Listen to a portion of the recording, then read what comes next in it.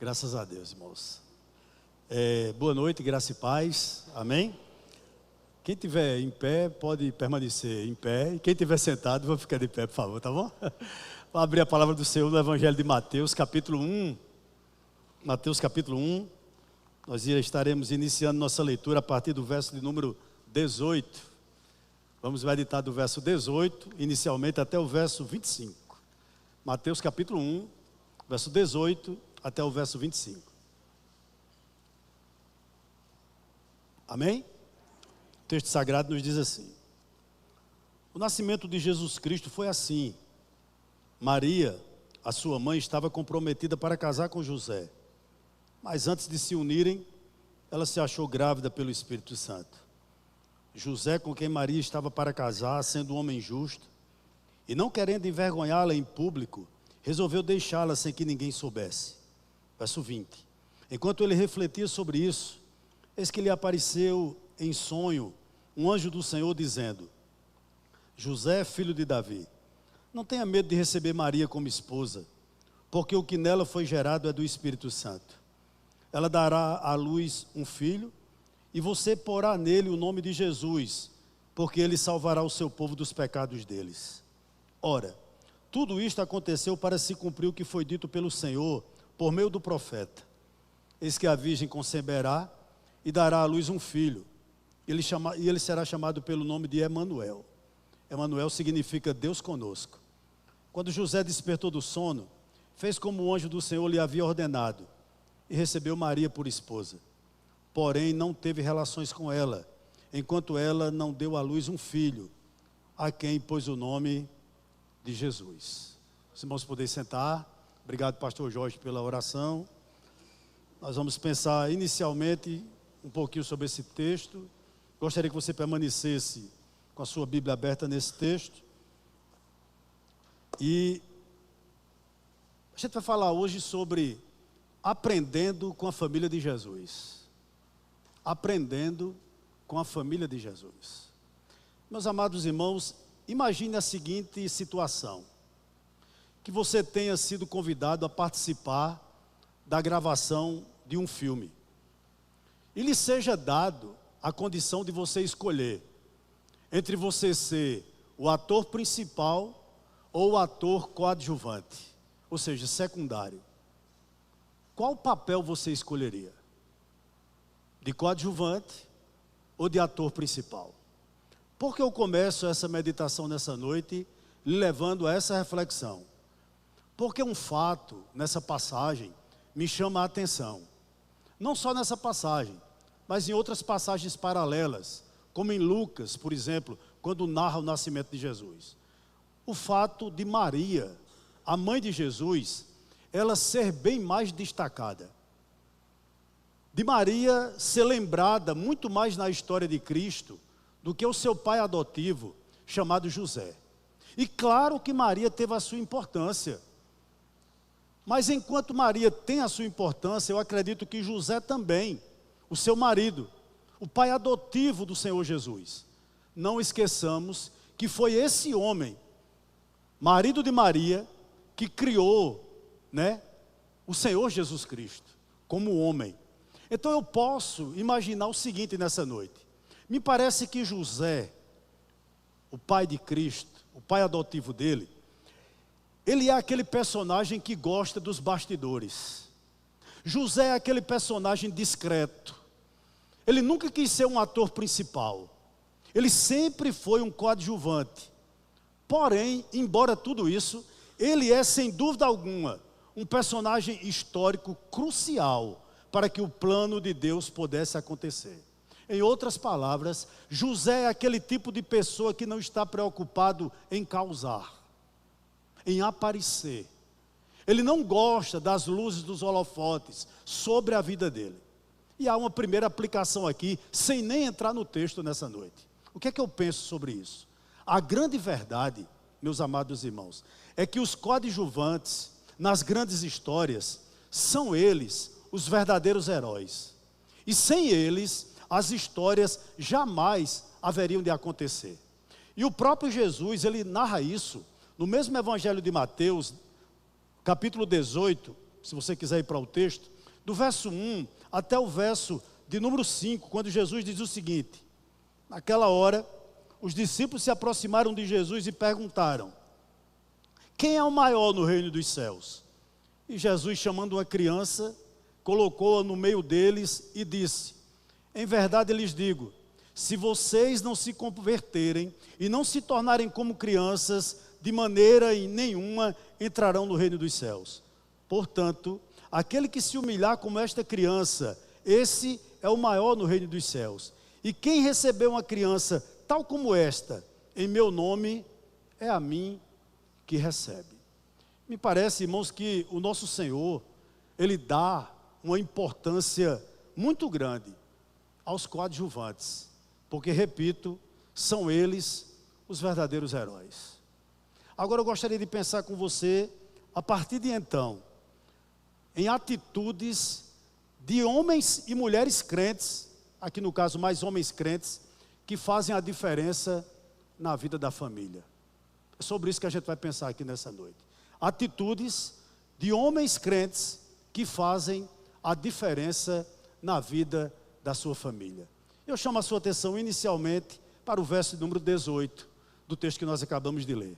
O texto diz o seguinte: o nascimento de Jesus Cristo foi assim.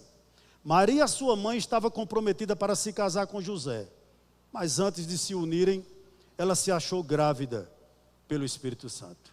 Vamos parar um pouquinho aqui.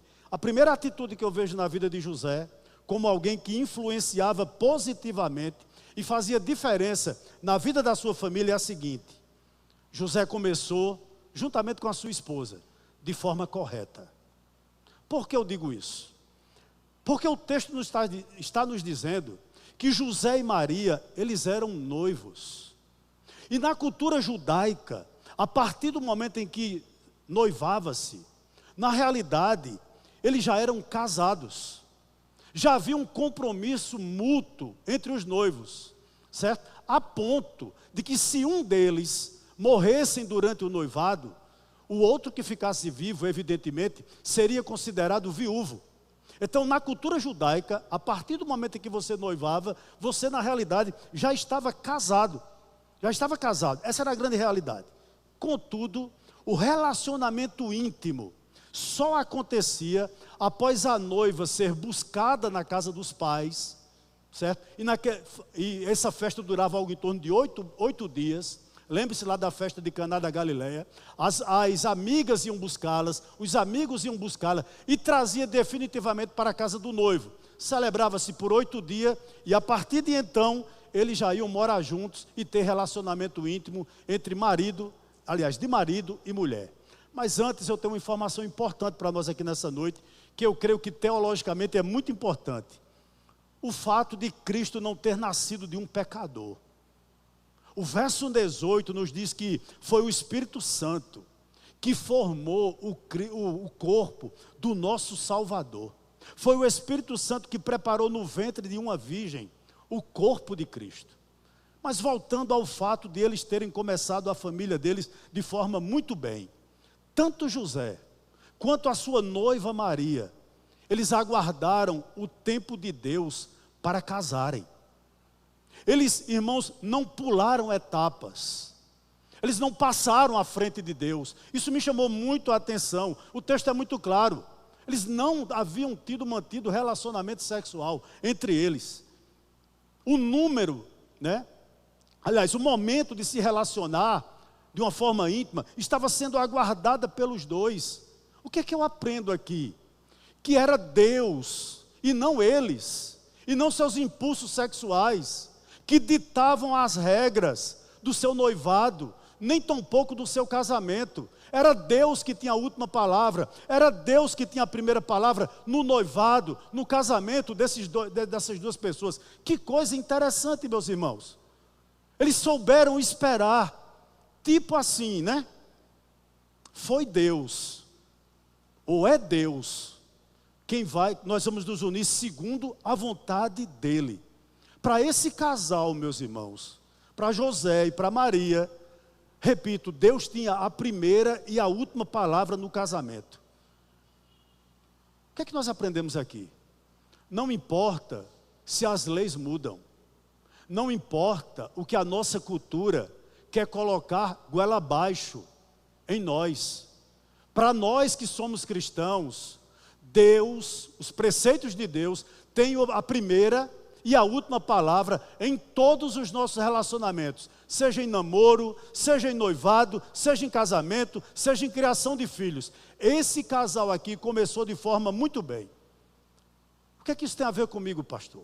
Primeiro, o casamento na nossa vida, ele deve ser prioridade.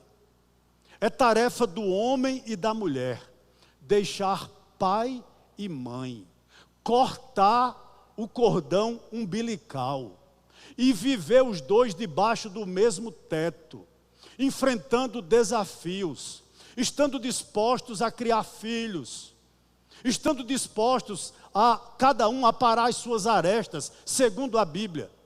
Então, o casamento, ele deve ser, a partir do momento que você entende que você não tem o dom do celibato, deve ser prioridade na sua vida. Outra coisa que esse texto deixa muito claro: o casamento é uma relação heterossexual. O texto aqui deixa muito claro: é a união de um homem e de uma mulher. Portanto, a homoafetividade, ela é algo antinatural. Não é normal. Mas outra coisa que me chama a atenção acerca do casamento: o casamento, ele é monossomático.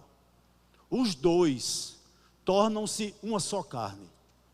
Vejam que não é um só espírito, porque a salvação é individual, mas ambos tornam-se uma só carne. O que é que eu aprendo aqui? Que a intimidade sexual, ela é pura, ela é santa, ela é deleitosa, mas existe um lugar onde ela deve ser praticada, e esse lugar chama-se casamento. Quando é praticado antes de se casar, a Bíblia chama de fornicação. Quando é praticada fora do casamento, a Bíblia chama de adultério. Quando é praticada antes do casamento e envolve dinheiro, a Bíblia chama de prostituição. Então, para esses jovens aqui, isso ficou muito claro, que é no casamento onde nós devemos nos desnudar, seja fisicamente, seja emocionalmente. O que é que eu aprendo aqui? O seu corpo, você que é casada, é para o seu marido. Marido que está aqui nessa noite, o seu corpo é para a sua esposa. E há uma coisa interessante aqui: tem que haver uma nudez, não só física, no momento certo, evidentemente, mas também emocional. É no casamento, no ambiente do casamento, onde você pode verdadeiramente se abrir, onde você pode conversar, onde você pode colocar os seus traumas, os seus deslizes, as suas imperfeições. Você tem que ter, digamos assim, a liberdade de falar isso com o seu cônjuge. É nesse ambiente propício para isso. Uma coisa me chama a atenção aqui nessa noite. Talvez você diga: mas pastor, quer dizer que eu estou totalmente fora. Eu sou uma causa perdida. Pois eu comecei errado. Eu tenho uma boa notícia para você. Não. Se Jesus nasceu, como Jesus vai nascer aqui nesse lar, se Jesus nasceu no seu coração, evidentemente no casamento nós teremos aflições, mas o Senhor testemunhará que mesmo você tendo começado errado, você é dele, que você pode mudar, que Deus pode consertar o que você começou errado, e que com certeza Ele nos ajudará a fazer essa mudança na nossa vida, se é o seu caso. Isso me chamou muito a atenção aqui de uma forma inicial. José dá provas, no meu entender desse texto, do seu caráter, mais precisamente da sua fidelidade a Deus e da sua fidelidade à sua esposa. Hoje há muita gente casada se comportando como solteira. Isso é lamentável. Nós não vemos isso aqui na vida desse homem de Deus. Foi ele repito, foi ele que criou o homem Jesus Cristo. Segunda atitude, eu chamo a sua atenção para o verso 19. Olha o que o texto nos diz. José, com quem Maria estava para casar, sendo um homem o quê, irmãos? Sendo um homem justo, e não querendo envergonhá-la em público, resolveu deixá-la sem que ninguém soubesse. Ô meus amados irmãos, você imagine hoje, mesmo você lendo essa história, sendo conhecedor dessa história, se você fosse noivo com uma jovem e ela chegasse para você e dissesse: eu fiquei grávida, sem contato algum com nenhum homem. Sinceramente, você acreditaria? Para José, existia aqui duas possibilidades, ou dois caminhos para ele. Após descobrir a gravidez de Maria, ele poderia abrir um processo público e expô-la à sociedade. Mas ele tinha uma segunda alternativa: de forma secreta, dar-lhe uma carta de divórcio e ir embora da vida dela. Eu acredito que ele preferiu essa segunda. Ele preferiu sofrer o dano e ir embora. Um fato interessante aqui: logo que soube da sua gravidez, Maria passa algo em torno de 3 meses na casa de sua prima Isabel. E ela não relata nada para José. Eu creio que quando ela voltou, a barriga já estava aparente. E certamente José toma conhecimento daquilo. Mas eu lhe faço uma pergunta aqui, e essa é a segunda atitude de José. Ele era um homem justo. Além de ter começado de maneira certa, ele era um homem justo. E a minha pergunta para você aqui nessa noite é exatamente essa: o que você entende por uma pessoa justa? O que você entende por justiça? O que uma pessoa justa, bíblica, faz numa hora dessas? Atente que para o verso 20, a Bíblia diz que José refletia sobre isso. O que significa isso? Ele custava a acreditar. A cabeça de José fervia. Essa é a grande realidade, porque de repente o mundo dele desabou. Do dia para a noite a sua vida entra em colapso. Esse homem está com receio sobre o futuro. Ele apostou todas as fichas naquela jovem. Ele jamais esperava receber essa notícia. O que era que ele pensava? Irmãos, claro, Senhor, Maria foi infiel. Maria foi infiel. E eu tenho aqui, irmãos, uma aplicação para nós, um ensinamento para nós aqui muito claro. Cuidado, mas muito cuidado. Geralmente nós chegamos a conclusões equivocadas sobre o que realmente está acontecendo com as pessoas à nossa volta. Cuidado, porque nós podemos nos decepcionar quando tiramos conclusões apressadas. José estava exatamente nesse ponto da vida dele, fazendo um juízo de valor da sua esposa ou da sua noiva, que não era a realidade. Ele tinha razões humanas para isso? Tinha, mas essa não era a realidade. Aí cabe-nos nessa noite um conselho: tenha mais cautela acerca dos fracassos dos outros. Muitas vezes, nós julgamos de forma precipitada os outros. Nós fazemos juízos temerários, sem conhecer de fato o que está acontecendo. Nem julgue, nem condene pelas aparências. Como nós temos essa tendência de julgar, basta um olhar enviesado de alguém, logo nós julgamos, logo nós chegamos a conclusões precipitadas. Mas eu vou voltar aqui ao que eu perguntei a você. Para você, o que é justiça? Talvez você pense o seguinte: defesa da honra. Talvez você pense o seguinte: José podia ter feito o seguinte: eu quero uma recompensa, porque Maria cometeu fornicação. Será que justiça é isso? Do ponto de vista bíblico?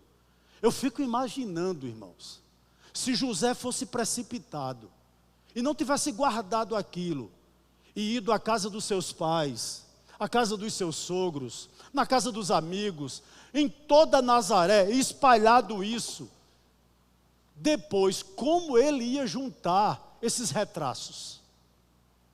Como ele ia, mais uma vez, entre aspas, limpar a honra de Maria?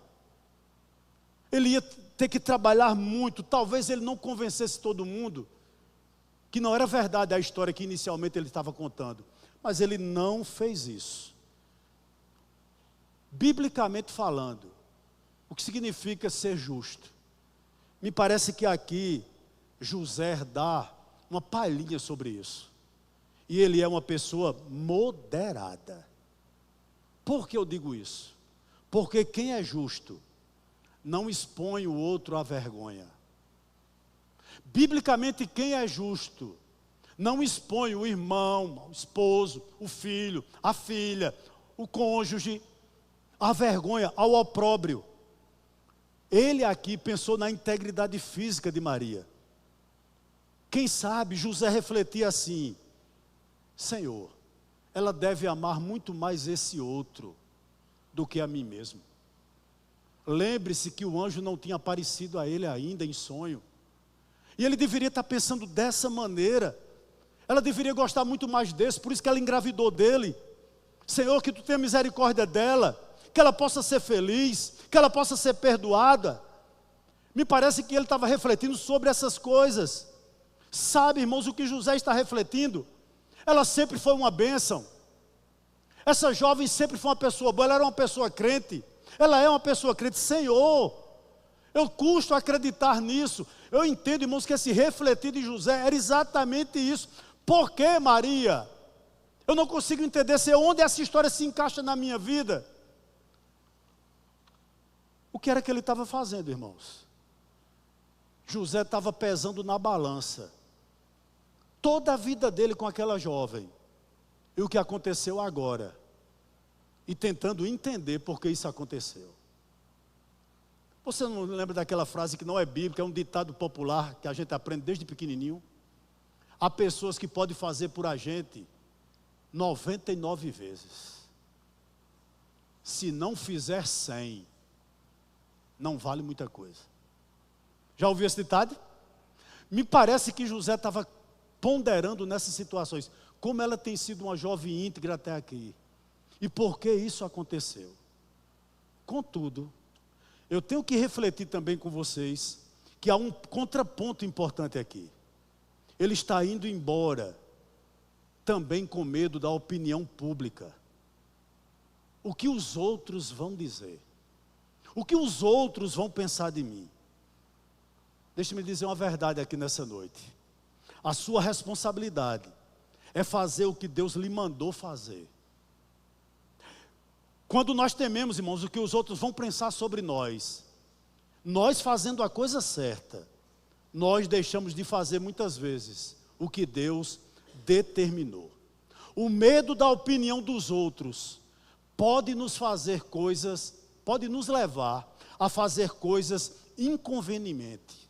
Vou lhe dar um texto bíblico para isso. Provérbios 29 e 25. O texto diz o seguinte: quem tem medo dos outros cai numa armadilha, mas o que confia no Senhor está seguro. O que eu gostaria de dizer aqui a você? Talvez você seja um pai e uma mãe que está aqui, mas você acha que deveria ter filhos melhores. E você sempre compara seus filhos com o filho de A, de B, de C. Porque o filho de A é melhor, porque o filho de B é mais inteligente, porque o filho de C é sensacional, e os meus não são dessa maneira. Deixa eu te dar um conselho aqui nessa noite. Não meça os filhos que Deus lhe deu pela sua régua. Eles devem ser amados. Eles devem ser tratados como filhos. É bênção. É bênção. Foi Deus que lhe deu. Segundo, talvez você não tenha o cônjuge melhor do mundo. E você fica olhando para o casamento de fulano, para o casamento de Beltrano, para as redes sociais, onde tudo parece mil maravilhas. E você fica se perguntando: Senhor, por quê? O meu não é tão inteligente assim. Por que não tem esse corpo tão perfeito como essa aqui? Por quê, Senhor? A pessoa que Deus lhe deu, se Deus não tivesse lhe amado tanto como Ele te ama, Ele teria te dado outra. Ou Ele teria te dado outro. Mas essa pessoa que Deus te deu ao teu lado, é para você amá-la. Amor não segura casamento. No casamento é que nós aprendemos a amar. É no casamento que nós aprendemos a amar. Meus amados irmãos, Deus honra quem é moderado. Deus honra quem é moderado. Por que eu digo isso? Porque Filipenses 4:5 diz o seguinte: seja a vossa moderação conhecida de todos. Perto está o Senhor. O que é que Paulo está dizendo aqui? Que para você que é equilibrado, que para você que é ponderado, que para você que é moderado, Deus está sempre perto de você. E atente para o que eu vou dizer aqui nessa noite. Homem de Deus e mulher de Deus não muda por pressão, muda por princípio. Se sua esposa não é submissa a você, independente disso, a Bíblia diz que você deve amá-la. Esposa que está aqui, se seu marido não ama você como o Senhor amou a igreja, mesmo assim você tem que ser submissa a Ele. Filhos que estão aqui nessa noite, honrem seus pais, respeite-os, independente do que ele for, se ele te reconhece ou não reconhece, ame-os, respeite-os. Pais que estão aqui nessa noite, seu maior desafio é ensinar seus filhos a temerem o Senhor. Isso chama-se moderação. É você ponderar a sua família. Não existe família perfeita. Eu dizia isso a um irmão aqui hoje pela manhã aqui. À noite aqui. Ontem à noite, perdão. Eu tenho muito medo daquela pessoa que tudo é perfeito na casa dela. O casamento é perfeito, os filhos são perfeitos, tudo é perfeito. Não existe. Nós somos um bando de pecadores, justificados pela graça de Deus, aprendendo a cada dia. E só seremos perfeitos na glória. Por enquanto aqui, tem que haver perdão. Amém. Louvado seja Deus por isso. Amém? Sua família é imperfeita, amém. A minha também. Nós somos um bando de pecadores lá em casa, justificados pela graça, precisando todo dia do Espírito Santo nos direcionar. Não tem anjo dando descarga, nenhum anjo paga conta da cajepa para mim, nunca Miguel pagou, não. É graça, de manhã, de tarde, de noite. E eu creio que na sua também. Louvado seja Deus por isso. Terceira atitude desse homem: obediência. Meu irmão, vamos ler o verso 20, 21, 24 e 25. Olha o que o texto diz. Verso 20. Enquanto ele refletia sobre isso, eu acho que José estava de cabeça quente. E ele é pentecostal, né? Olha o que o texto diz. Eis que apareceu em sonho um anjo do Senhor dizendo, se fosse hoje em dia dizia da carne: José, filho de Davi, não tenha medo de receber Maria como esposa, porque o que nela foi gerado é do Espírito Santo. Ela dará à luz um filho, e você porá o nome dele de Jesus, porque ele salvará o seu povo dos pecados dele. Ora, tudo isso aconteceu para se cumprir o que foi dito pelo Senhor por meio do profeta. Eis que a virgem conceberá e dará à luz um filho, e ele será chamado pelo nome de Emanuel. Emanuel significa Deus conosco.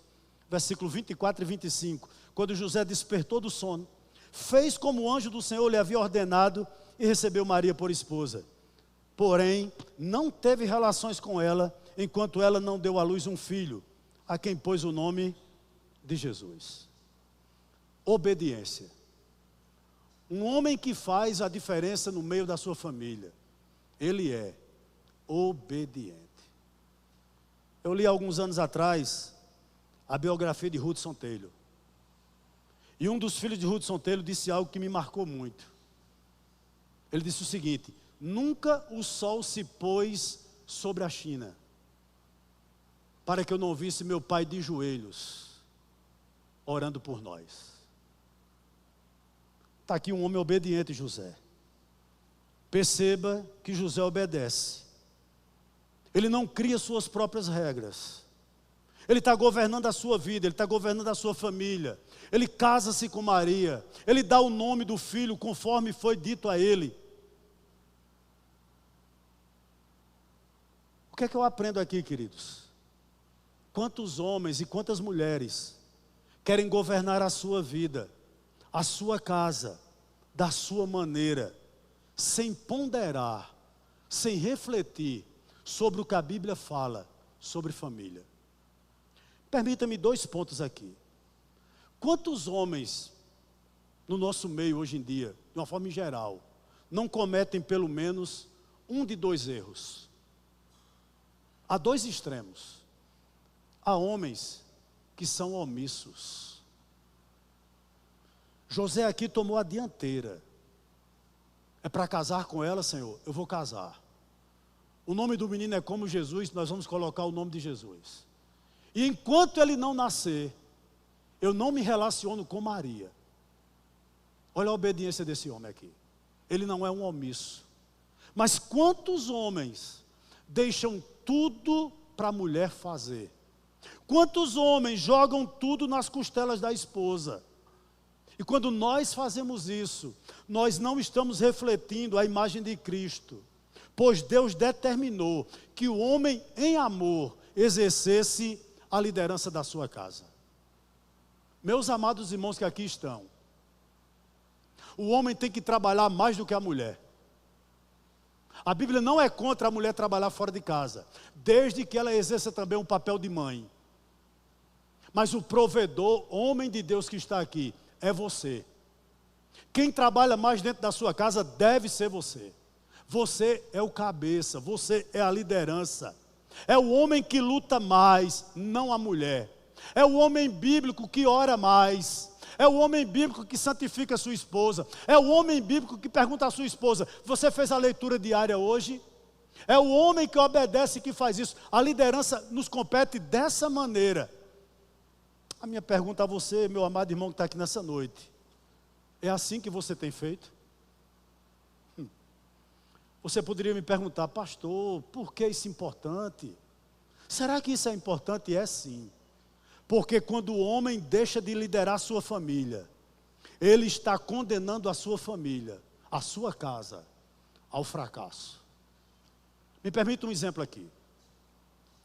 Eu creio, na minha pobreza teológica, que Ezequias foi o rei, depois de Davi, que mais influenciou em Judá. Agora uma coisa interessante.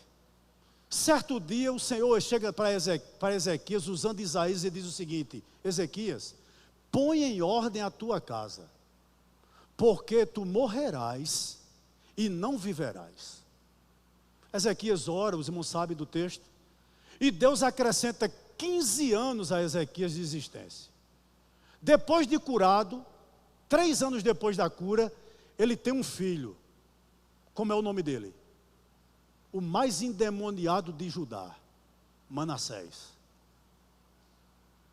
A ordem de Deus para Ezequias era o seguinte: discipula esse menino, anda junto com esse menino, cria esse menino nos caminhos do Senhor, ensina as escrituras a esse menino.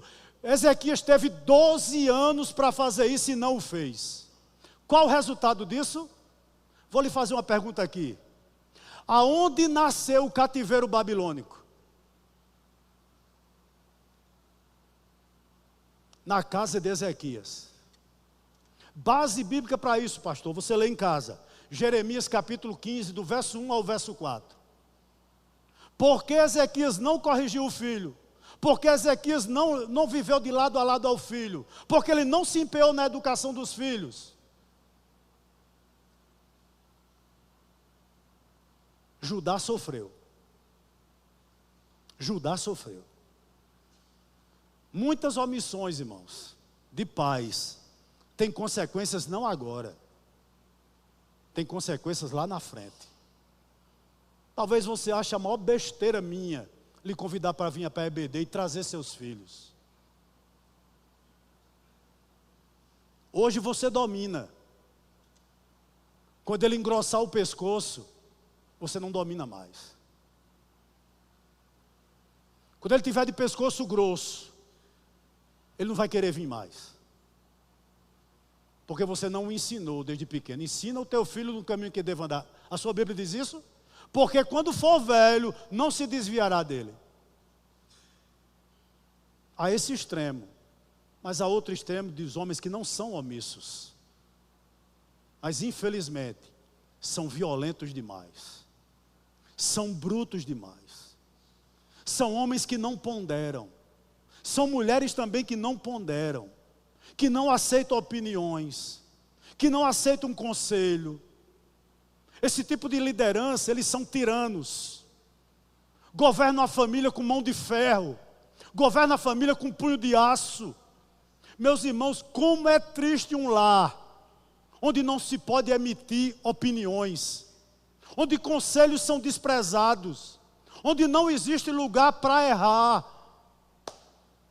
Como é triste um lar que os filhos não podem cometer jamais um erro.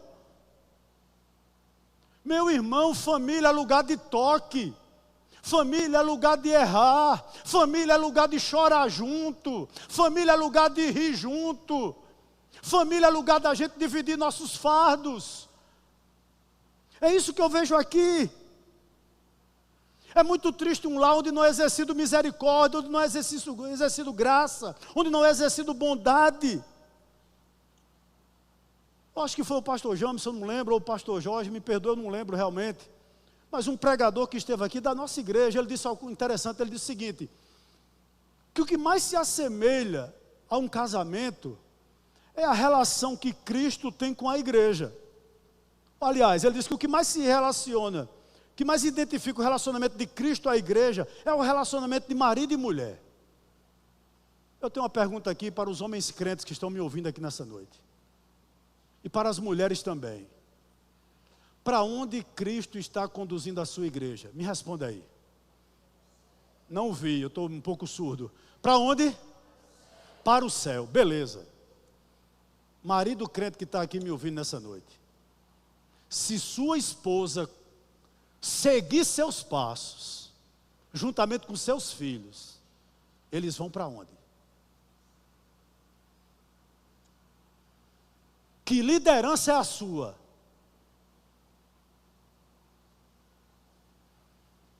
Que liderança é a sua? É punho de ferro? É dando um murro na mesa e dizendo aqui quem manda sou eu? Ou é do meu jeito ou não é de jeito nenhum, porque eu sou o líder? Não foi assim que não foi assim que nós aprendemos de Cristo. Não. Eu espero que se sua esposa siga seus passos, juntamente com sua prole, ela vá para o céu. Louvado seja Deus. Amém? Pastor Jorge hoje profetizou, entre aspas, que a gente ia até meia-noite. Eu estou achando que a gente vai mesmo. Capítulo 2 agora. Lhe garanto que eu não vou pregar ele todo não, tá certo? A gente vai apenas ler do verso 1 até o verso de número 15. Tá bom? E aí você vai entender o que eu quero dizer. E aqui é a quarta atitude e última atitude de José. E a gente vai para a conclusão. Capítulo 2, vamos ler do 1 ao 15. Tendo Jesus nascido em Belém da Judéia, nos dias do rei Herodes, eis que vieram os magos do Oriente a Jerusalém e perguntavam: onde está o recém-nascido rei dos judeus? Porque vimos a sua estrela no Oriente e viemos para adorá-lo. Ao ouvir isso, o rei Herodes ficou alarmado, e com ele toda Jerusalém. Então Herodes convocou todos os principais sacerdotes e escribas do povo e lhes perguntou: onde o Cristo deveria nascer? Onde o Cristo deveria nascer? Eles responderam: em Belém da Judéia, porque assim está escrito, por meio do profeta: e você, Belém, terra de Judá, de modo nenhum é a menor entre as principais de Judá, porque de você sairá o guia que apacentará o meu povo Israel. Com isto, Herodes, tendo chamado os magos para uma reunião secreta, perguntou-lhes sobre o tempo exato em que a estrela havia aparecido. E enviando-os a Belém, disse-lhes: vão e busquem informações precisas a respeito do menino. E quando o tiverem encontrado, avisem-me, para eu também ir adorá-lo. Depois de ouvirem o rei, os magos partiram, e eis que a estrela que viram no Oriente ia adiante deles, até que chegando, parou sobre onde o menino estava. E vendo eles a estrela, alegraram-se com grande e intenso júbilo. Entrando na casa, viram o menino com Maria, sua mãe. Prostando-se, o adoraram e, abrindo os seus tesouros, entregaram-lhe suas ofertas, ouro, incenso e mirra. E tendo sido avisados por Deus em sonho, para não voltarem à presença de Herodes, os magos seguiram por outro caminho para a sua terra. Depois que os magos foram embora, um anjo do Senhor apareceu em sonho a José e disse: levante-se, tome o menino e a sua mãe e fuja para o Egito. Fique por lá até que eu avise você, porque Herodes há de procurar o menino para matá-lo. Levantando-se, tomou de noite o menino e a sua mãe e partiu para o Egito, onde ficou até a morte de Herodes. Isso aconteceu para se cumprir o que foi dito pelo Senhor por meio do profeta: do Egito chamei o meu filho. Você é homem de Deus que influencia a sua família? Você é mulher de Deus que influencia a sua família? Então você a protege. Você a protege.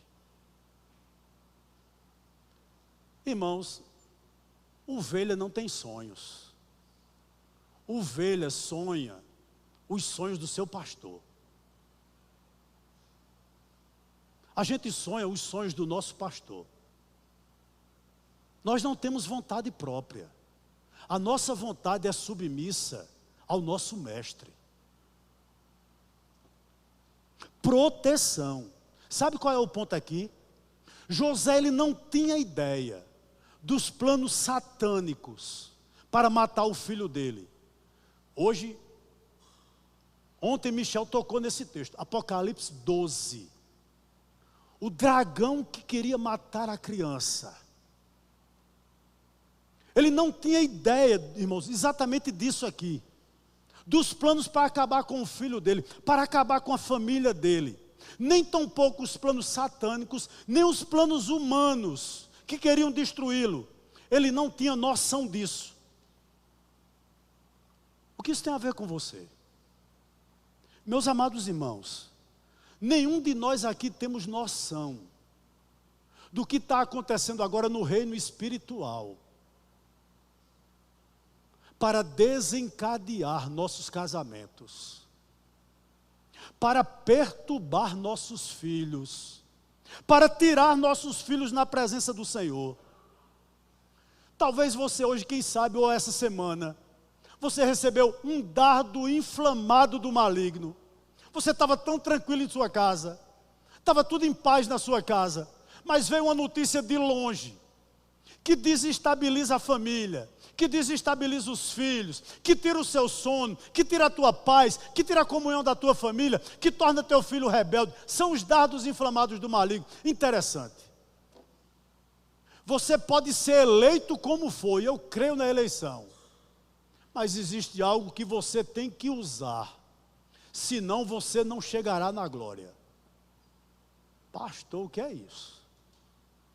Paulo diz que nós temos que tomar toda a armadura de Deus, para podermos estarmos prontos para os dias maus. Irmãos, quem de nós não vive os dias maus? E eu vou dizer aqui, o meu clamor aqui nessa noite é esse: vista-se com a armadura de Deus. Estão lembrados do que é? A armadura não é sua. Ela está disponível para a igreja. Ou eu me disponho a vesti-la, ou eu vou ficar no campo de batalha. Que armaduras são essas? Irmãos, que peças tem essa armadura? Estão lembrados?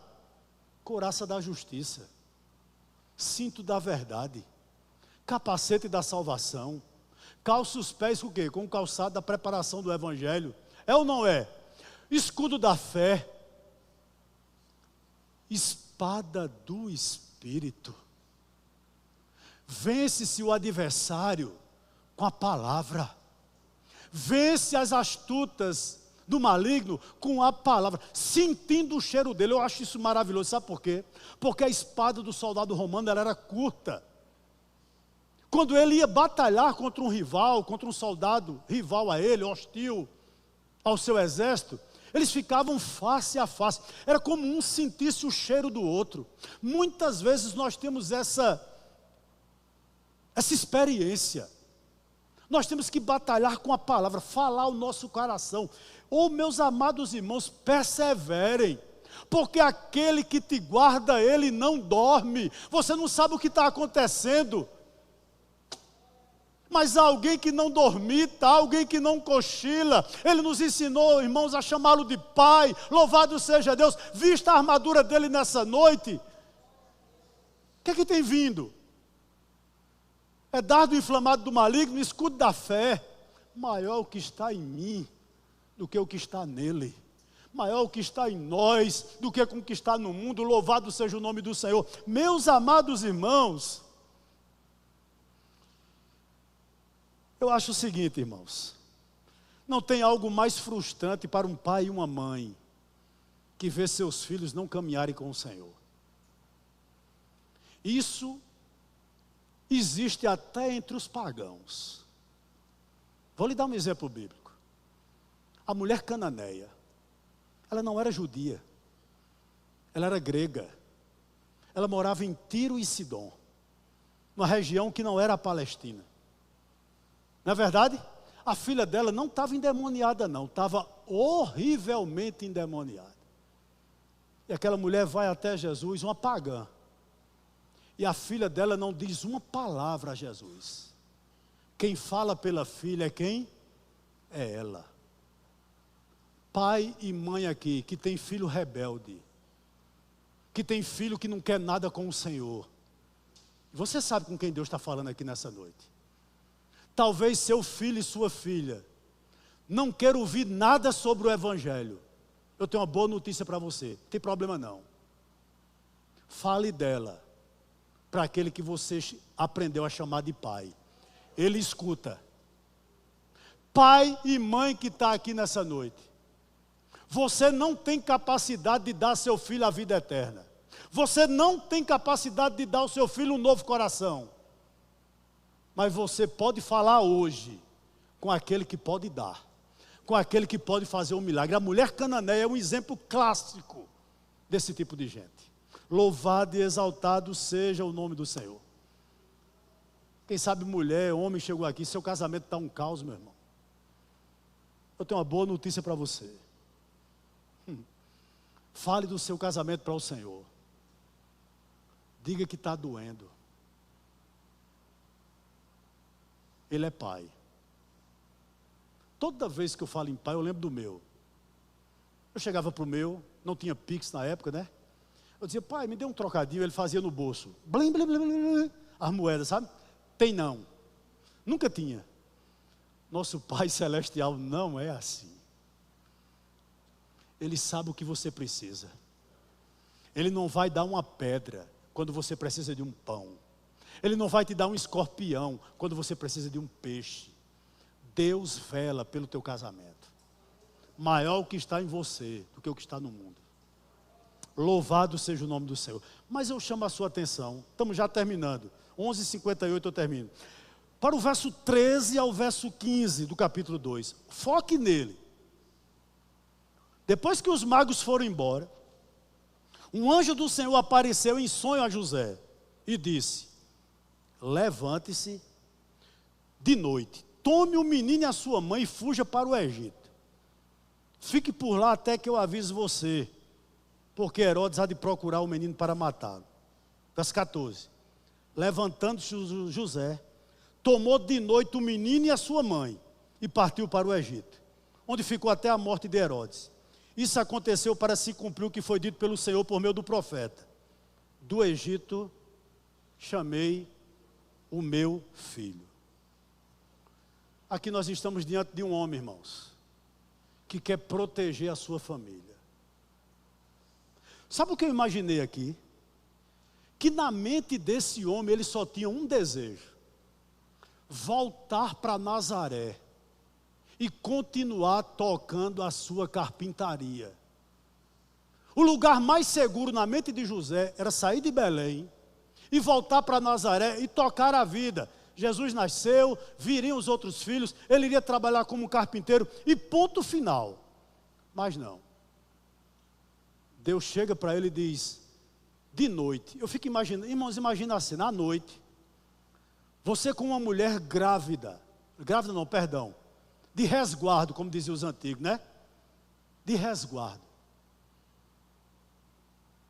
Ele arruma o jumentinho dele, coloca Maria, coloca Jesus e não vai para Nazaré. Vai para onde? Vai para o Egito. Que coisa, irmãos. Repito, era um homem que estava disposto a não seguir seus sonhos, mas seguir ao Senhor. Para quê? Para proteger a sua família. O que é que eu aprendo aqui?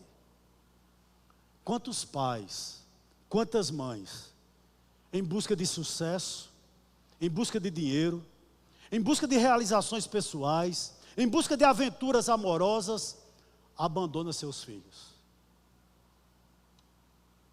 Quantas mudanças não são feitas na nossa vida? E será que a gente pensa, ao mudar de emprego, ao mudar de um bairro, ao mudar de uma cidade, ao mudar de uma atividade profissional, será que você pensa, isso vai fazer bem espiritualmente para a minha família?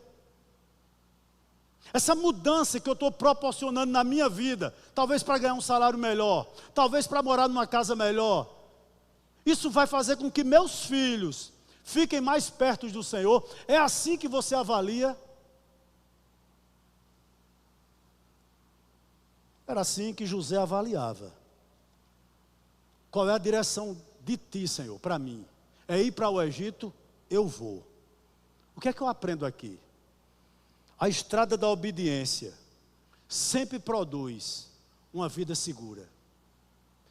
Não tenha um lugar onde Deus possa lhe levar, Deus, que a graça de Deus não lhe sustente. Você não depende de provisão, você depende do provedor. Aonde Deus te mandar, segundo a direção dele, Ele vai te sustentar, porque Ele é Deus, Ele é Senhor. O ouro e a prata pertencem a Ele, não pertence a seu patrão, pertence a Ele. Aonde Deus te levar em obediência, Ele vai te sustentar. Eu entendo dessa maneira, meus irmãos. Por onde você tem trilhado e levado sua família? Você tem protegido sua família? Vou concluir. Irmãos, Jesus é Deus e ao mesmo tempo é homem. Hoje, agora, nesse exato momento, aonde Ele está, no mais alto e sublime trono, Ele é Deus 100% e Ele é homem 100%. Interessante, eu pensei sobre isso. Como Deus, Ele não tinha pai. E como homem, aliás, como Deus, Ele não tinha mãe. Né? E como homem, Ele não tinha pai. Ele teve um pai adotivo. Ele é Deus e homem. Mas um texto me chama muita atenção aqui. Lucas 2, 51 e 52. Diz o seguinte: e voltou com eles para Nazaré, Jesus, e era submisso, e voltou com eles para Nazaré, e era submisso a eles. E a mãe dele guardava todas essas coisas no coração. O verso seguinte, por gentileza, 52. Jesus crescia o quê? Em sabedoria, estatura e graça, diante de Deus e dos homens. Guarda esse verso 52. E Jesus crescia em sabedoria, estatura e graça, diante de Deus e dos homens. O que significa isso? Significa que como um menino, Jesus cresceu como um menino comum. Um menino comum. Tanto fisicamente, como intelectualmente, como moralmente, como espiritualmente. Ele era um menino comum, evidentemente sem pecado, mas ele era um menino comum, criado por quem? Me diga aí. Por José e por Maria. O que é que eu quero concluir aqui nessa noite? Muito do caráter de Jesus, Ele tirou do seu pai. Pastor, sim. Vou lhe dar algumas indicações aqui nessa noite. A Bíblia diz que José era carpinteiro. Mateus 13, 55, se eu não me engano. E ele, possivelmente, ensinou o ofício de carpinteiro ao seu filho. Eu não sou muito normal da mente, Você já deve ter notado. Mas eu fiquei imaginando, digo, meu Deus, imagine Jesus indo para a carpintaria. Você já imaginou isso? Com 15 anos, 16 anos, um adolescente. E José disse, Jesus, vem cá, meu filho. Eu vou lhe ensinar a fazer uma porta. Eu acho que Jesus pensava, tudo bem, pai. Eu fiz o Saturno, Plutão, fiz os teus rins, fiz o teu cérebro, mas eu vou aprender a fazer uma porta com você. Como é? E como o homem ele aprendia. Que coisa interessante. Com o pai dele, ele aprendeu uma profissão simples, uma profissão humilde, mas uma profissão digna. Pai e mãe que está aqui nessa noite, ensine seu filho a simplicidade da vida. Ensine seu filho a gostar das coisas simples. Sabe por quê? Porque nós estamos numa geração de pais que tentam compensar hoje na vida dos filhos o que não tiveram no passado. Ah, porque não tive isso no passado, eu não tive aquilo no passado, eu vou dar tudo para meu bebê. Júnior vai ter tudo. O que é que você quer, meu filho? Um iPhone 15, ainda não saiu nem o 17, mas eu já encomendei para você. Você vai desgraçar seu filho. Você vai desgraçar seu filho. Sabe por quê? Quem tem tudo não valoriza as coisas. Ensine seu filho o valor de trabalhar, o valor do trabalho, o valor de ganhar dinheiro de forma honesta, mesmo que seja uma profissão humilde. Com quem Jesus aprendeu? Com o pai. Segunda coisa, você acredita que Jesus era moderado? Jesus era uma pessoa calma? Jesus era uma pessoa equilibrada, compassiva? Sim. Em quem ele se espelhava? No pai. Certo dia, trouxeram a ele uma mulher adúltera. Foi ou não foi? E ele disse, aquele que tiver pecado, olha a moderação, olha a ponderação, olha o equilíbrio. Aquele que não tiver pecado, atire a primeira pedra. Ele viu a forma como o pai dele tratava a mãe dentro de casa. Como é que filho e filha que está aqui nessa noite, como você vê seu pai tratando sua mãe? Pai e mãe cristão que está aqui nessa noite. Eu entendo que a vida, irmãos, ela é como uma peça de teatro. Nós pais estamos no palco. Nossos filhos na plateia. Com as nossas atitudes, ou nossos filhos nos aplaudem, ou eles nos rejeitam. Ele aprendeu um ofício com o pai, ele aprendeu moderação com o pai, e com o pai também ele aprendeu a proteger os outros. Lembra da proteção? Jesus era assim, ele protegia os outros. Ele nunca se ocultou, como Deus é maravilhoso. Ele podia ter dado mão da tua vida. Ele podia ter dito a você, viva suas próprias emoções. Viva conforme o seu coração, mas não. Ele lhe trouxe com cordas de amor. Ele não se ocultou quando você estava no lamaçal do pecado. Ele não se ocultou quando você talvez estivesse querendo dar cabo na sua vida. Ele não se ocultou quando você pensava que estava perdido. Ele foi lá e lhe resgatou. Assim como José protegia a família dele, perdão. Jesus nos protege. É ou não é? Ele é a nossa sombra, a nossa direita. Louvado seja o nome do Senhor. E por fim, obediência. Assim como José, Jesus não desistiu da sua missão. Ele diz o seguinte, eu não vim para fazer a minha vontade, não é Jesus? Mas a vontade daquele que me enviou. Ele aprendeu com quem? Muito do caráter de Jesus foi passado pelo pai adotivo dele.